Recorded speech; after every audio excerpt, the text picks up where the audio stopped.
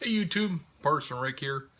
I just deleted my other attempt at this video. I'm smoking my new Rossi 320 with some Frog Morton on the Bayou, which is according to them, it's a Balkan Perique. I got this a long time ago.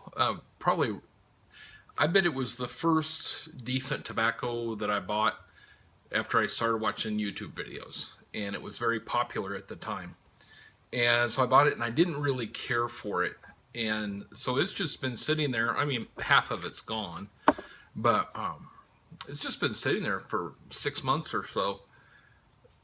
All that to say that your taste does change over the time. Lit this up, it's very nice.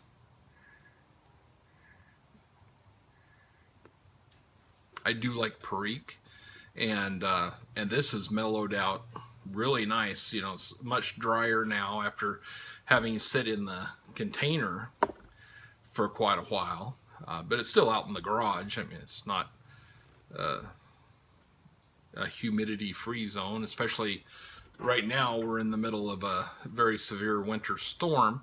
Fortunately, down here in Eugene, we're not hitting too much of it. We're on the very bottom tip, and so we haven't had much in the way of wind. We'll have a monsoon for a minute and a half with thunder and lightning, and then it'll be sunny, and then it'll sprinkle. Like, I just walked out to get the mail and put on a hat and a coat, and by the time I got the hat and the coat on, it was just sprinkling, and now it's not nothing. It's not coming down at all. So Oregon weather, but a lot of folks up farther north are getting hammered pretty hard, and pray for their safety and well-being. Using the old cedar strip and natural candle.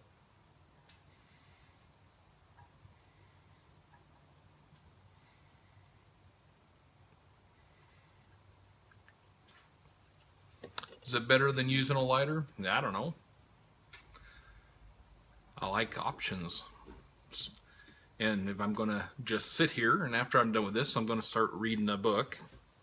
And not like I don't have 4 of them already going, but pick up another one. So I'll sit here and puff my new pipe by the light of the candle. So the book I'm going to be reading, I know you're not interested, but it's my camera. It's called The Last Kingdom. Now, if you have Netflix, The Last Kingdom is a new series that's up on Netflix. I had thought I'd read this before, and I looked through my library and I found 3 of the 4 books in the series, and lo and behold, I hadn't. So now it's going to be the bad part of, after I've seen the show, read the book. Bernard Cornwell is an incredible writer.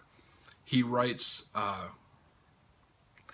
historical fiction, except it's mostly true.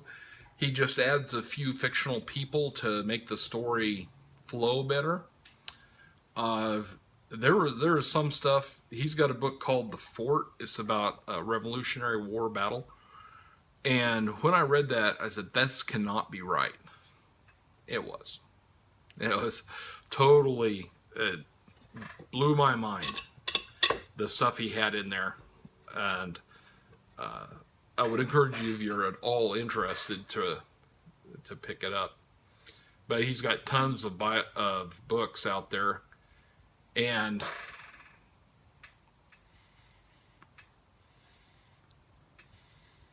he wrote a series of books that were turned into a mini-series called Sharp's Rifles, and it's about the, Napoleonic War time zone. Excellent. Stars Sean Bean, and really good, historically accurate battle scenes, and accoutrement, all that sort of stuff. And I like that. I like historic stuff. I like true stuff. And almost anything that comes through on Netflix that says, the true story of, I'm a sucker for it. Because people have so much more interesting lives than fictional characters do. Gandalf notwithstanding. People have adventures. I love adventures. Drew was talking a little bit ago about not having adventures growing up, and that was a kind of an eye opener for me, because I was raised by people who said, "Let's give it a shot, shall we?" And I grew up in Boy Scouts with friends back in the old days where you didn't have to have parents hauling you around everywhere, and we'd just take off,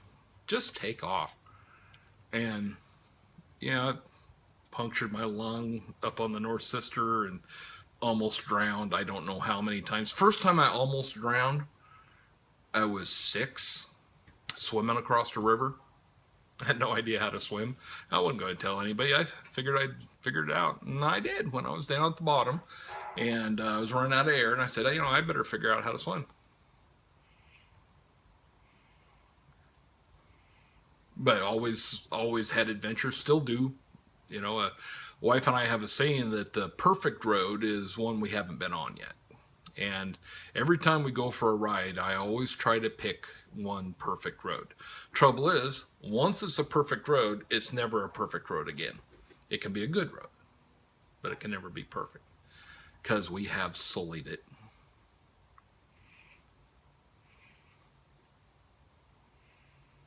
Yeah, I'm liking this. Much better than I had before. I'll probably finish this 10. I might even get another one. I think I've got a pretty good selection going here. I've got 1, 2, 3, 4, 5 cases of ball jars filled with tobacco, in a variety of sizes. I think the biggest ones are this size, whatever that is. I don't know. But anyway, I pile that, and I've got a bunch of stuff there. I just made my first Cup of Joe's order. I could get 2 100-gram tins of Black Mallory shipped to me for less than I can buy 1 tin at my local B&M. So I bought 2 tins from them, and I'll buy the rest online, I guess. I prefer to support the local guys, but business is business.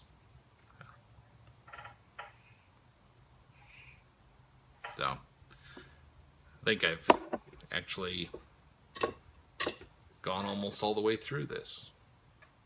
I know this isn't a very exciting video. I'm sorry. It's been a long day. I worked this morning.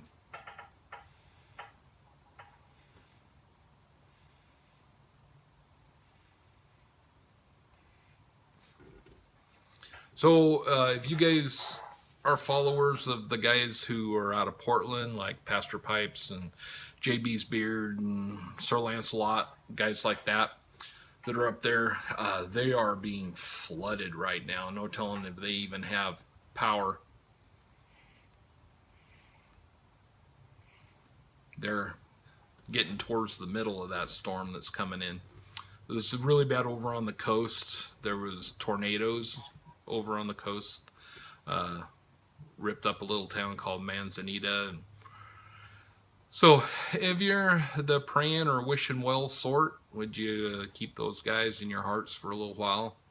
It's going to be pretty unpleasant up there.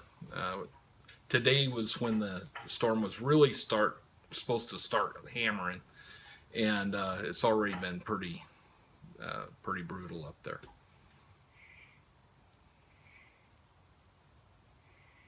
We're pretty much, other than going to work, sticking around close to home. Obviously not taking the motorcycles out today.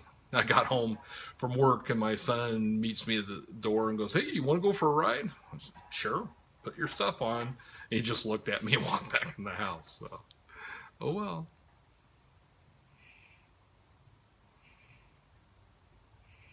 Well, you're probably not even watching still, so be careful. God bless. Parks and Rec out.